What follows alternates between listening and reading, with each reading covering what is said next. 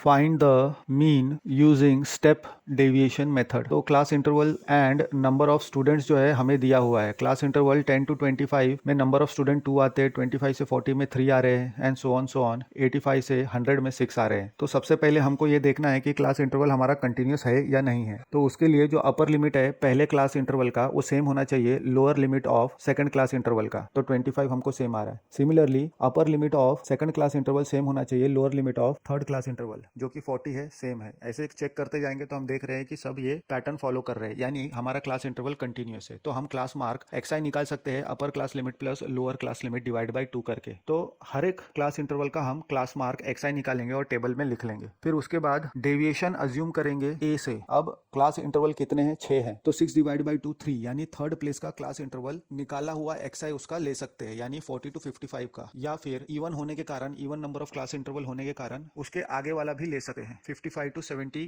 Class interval का xi हम ले सकते हैं। अगर ऑड रहता तो सीधा सीधा बीच का मिल जाता। फिर उसके बाद हम di लेंगे, that is xi minus a, and ui लेंगे xi minus a upon h, जहां पे h is the highest common divisor of di।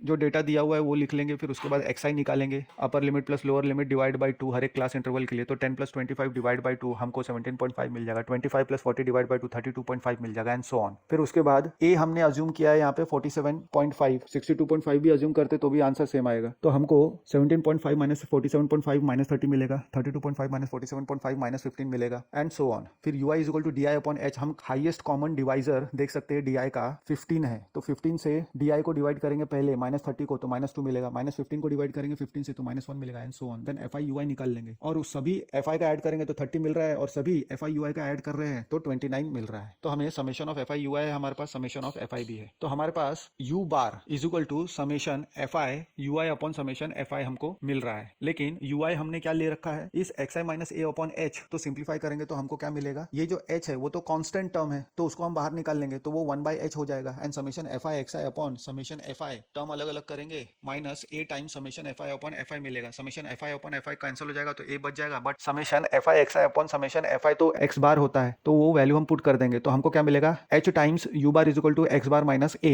यानी x bar is equal to h times u bar plus a मिल जाएगा, यानी a plus h u bar. Therefore x bar is equal to a plus h times u bar क्या था, summation fi ui upon summation fi, वो हम put कर देंगे। तो ये हमारा स्टेप डेविएशन मेथड का फॉर्मूला हो गया। अब इसमें हम वैल्यू पुट करेंगे तो हमको क्या मिलेगा, a का वैल्यू हमारा अज्यूम था 47.5, देन h हमारा highest common divisor of di 15 था, then summation fi ui 29, and summation fi हमको एडिशन करने के बाद 30 मिला, तो उसको सिंप्लीफाई करेंगे तो हमको 62 मीन हमारा मिल जाएगा। Mean marks obtained by step deviation method भी 62 आ रहा है।